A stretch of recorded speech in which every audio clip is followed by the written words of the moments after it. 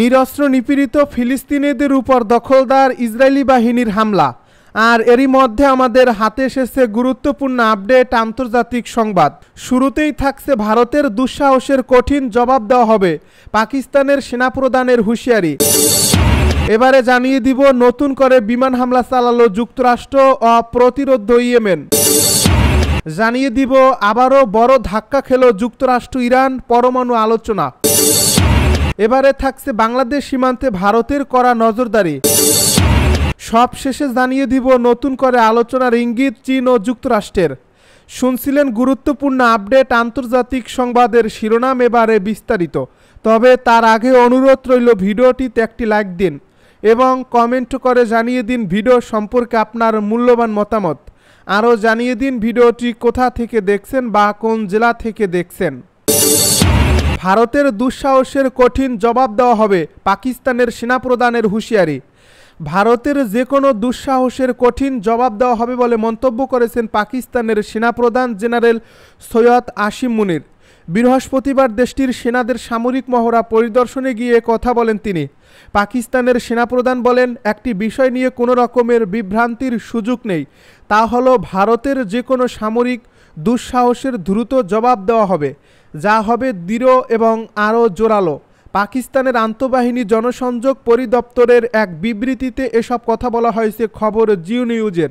22 April Bharat নিয়ন্ত্রিত কাশ্মীরের পেহেলগামে বন্দুকধারীদের হামলায় 26 জন নিহত হন। এ ঘটনার পেছনে পাকিস্তানের সংশ্লিষ্টতা রয়েছে বলে নয়াদিল্লি অভিযোগ করলেও তা নাকচ করছে পাকিস্তান। এরপর থেকে দুই দেশেই পাল্টাপাল্টি পদক্ষেপ নিয়েছে, এতে পরিস্থিতি ক্রমশ জটিল হচ্ছে। নতুন করে বিমান হামলা চালালো যুক্তরাষ্ট্র ও প্রতিরোধ ইয়েমেন। ইয়েমেনে নতুন করে বিমান হামলা চালিয়েছে যুক্তরাষ্ট্র। ইরান সমর্থিত হুতি গোষ্ঠীর লাল সালাম অঞ্চলে প্রভাব কমাতে এ অভিযান চালানো হচ্ছে বলে জানিয়েছে ওয়াশিংটন। বৃহস্পতিবার সাফাক নিউজ সূত্রে তথ্য জানা গেছে। হুতি গোষ্ঠীর নিজস্ব টিভি চ্যানেল আল মাসিরা জানায়, ইয়েমেনের আল জাও প্রদেশে 4টি স্থানে এ হামলা চালানো হয়। এখন পর্যন্ত কোনো প্রাণহানির খবর পাওয়া যায়নি। যুক্তরাষ্ট্রের সেন্ট্রাল কমান্ডো এই সর্বশেষ হামলা সম্পর্কে কোনো মন্তব্য না করলেও এর আগেই জানানো হয়েছিল যে তারা অপারেশন রাফ রাইডার নামের অভিযানের আওতায় হুতিদের বিরুদ্ধে একটি তীব্র ও ধারাবাহিক সামরিক অভিযান পরিচালনা করছে। সেন্টকমের তথ্যমতে এই অভিযানে এখন পর্যন্ত 68টিরও বেশি লক্ষ্যবস্তুতে হামলা চালানো হয়েছে এবং শত শত হুতি যোদ্ধা নিহত হয়েছে, যাদের মধ্যে ড্রোন ও ক্ষেপণাস্ত্র ইউনিটের গুরুত্বপূর্ণ সদস্যরা রয়েছে। এই অভিযানের পর থেকে হুতিদের হামলার সংখ্যা উল্লেখযোগ্য হারে কমছে বলে দাবি করে যুক্তরাষ্ট্র। ব্যালিস্টিক ক্ষেপণাস্ত্র হামলাও 69% এবং একমুখী ড্রোন হামলা 55% কমছে বলে জানায় সেন্টকম। অন্যদিকে হুতিরা দাবি করছে 15 মার্চ থেকে এ পর্যন্ত যুক্তরাষ্ট্র ইয়েমেনে প্রায় 1000টি বিমান হামলা চালিয়েছে।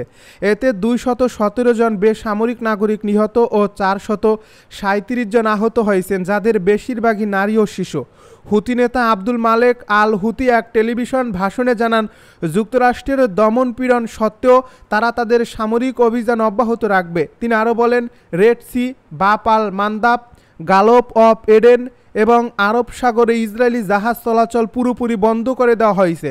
তিনি আরও বলেন, আমাদের অভিযান অধিকৃত ফিলিস্তিনের গভীরে চলবে, পাশাপাশি যুক্তরাষ্ট্রকে ব্যর্থ উল্লেখ করে জানান তারা হুতিদের সামরিক কর্মকাণ্ড থামাতে পারেনি। আবারও বড় ধাক্কা খেল যুক্তরাষ্ট্র ইরান পরমাণু আলোচনা।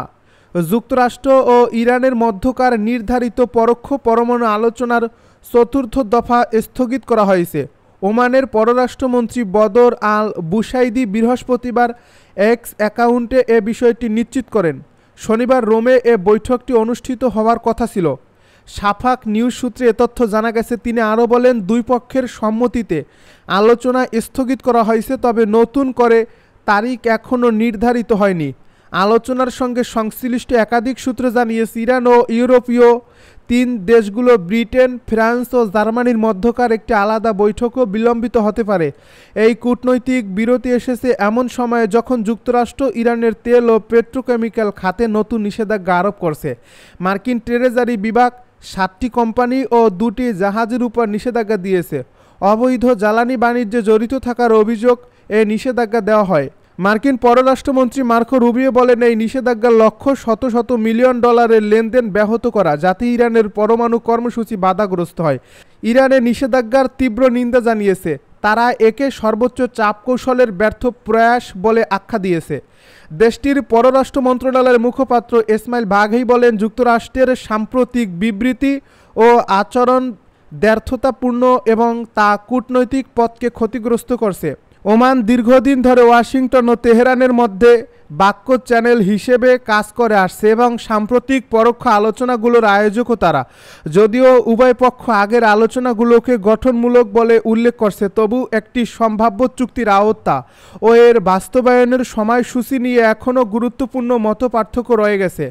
আলোচনার ঘনিষ্ঠ সূত্র জানায়, ইরান একটি অন্তর্বর্তী চুক্তির প্রস্তাব দিয়েছে এবং যুক্তরাষ্ট্রের প্রস্তাবিত 60 দিনের সময়সীমা নিয়ে উদ্বেগ প্রকাশ করছে।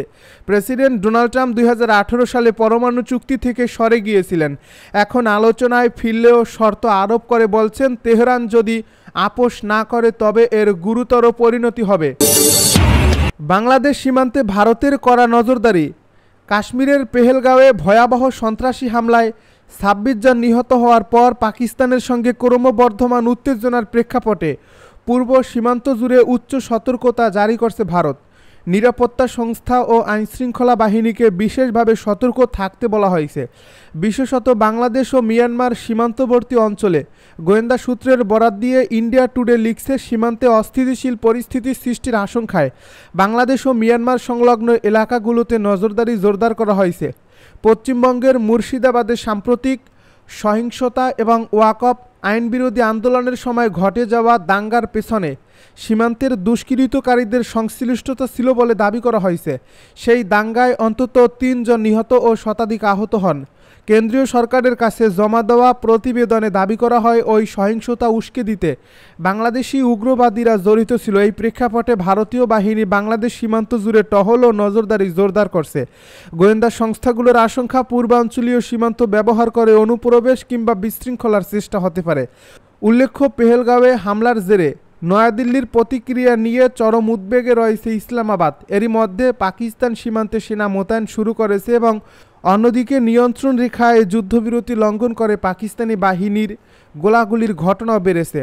পাকিস্তানের তথ্যমন্ত্রী আতাউল্লাহ তারার মঙ্গলবার দাবি করেন, ভারতের পক্ষ থেকে আগামী 24 থেকে 37 ঘন্টার মধ্যে সীমিত আকারে সামরিক অভিযান চালানো হতে পারে, এমন বিশ্বাসযোগ্য গোয়েন্দা তথ্য পেয়েছে তারা। তার আগের দিনই ভারতের প্রধানমন্ত্রী নরেন্দ্র মোদী সেনাবাহিনীর 3 প্রধানের সঙ্গে বৈঠকে পহেলগাঁও হামলার জবাবে পূর্ণ অপারেশনাল স্বাধীনতা দেওয়ার ঘোষণা দেন।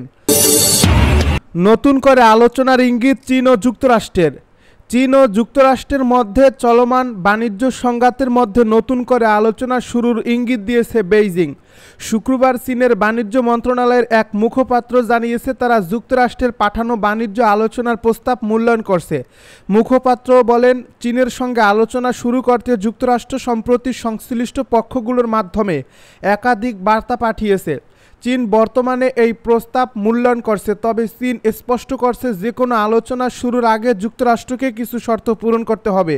এ বিষয়ে মুখপাত্র বলেন, বাণিজ্য যুদ্ধ একতরফাভাবে যুক্তরাষ্ট্র শুরু করেছে। যদি তারা সত্যিই আলোচনা করতে চায় তবে তাদের আন্তরিকতা দেখাতে হবে, যার মধ্যে তাদের ভুল সংশোধন করে একতরফা শুল্ক বৃদ্ধি বাতিল করার প্রস্তুতি নেওয়া অন্তর্ভুক্ত। এই মন্তব্য বাণিজ্য যুদ্ধের জেরে উত্তপ্ত চীন আমেরিকা সম্পর্কে কিছুটা উন্নতির ইঙ্গিত দিচ্ছে। গত সপ্তাহ থেকে মার্কিন প্রেসিডেন্ট ডোনাল্ড ট্রাম্প দাবি করে আসছিলেন যে তারা প্রশাসন চীনের সঙ্গে আলোচনা করছে, তবে চীন প্রতিবারই এই দাবি সরাসরি অস্বীকার করছে। বিশ্বের 2 বৃহত্তম অর্থনীতির মধ্যে বাণিজ্যিক সম্পর্ক এখন সংকটের মুখে। গত মাসে ট্রাম্প চীনা পণ্যের উপর শুল্ক বাড়িয়ে 145% করেছেন, যার ফলে অনেক চীনা ব্যবসায়ীর জন্য মার্কিন যুক্তরাষ্ট্রের সঙ্গে বাণিজ্য চালিয়ে যাওয়া কঠিন হয়ে পড়ছে।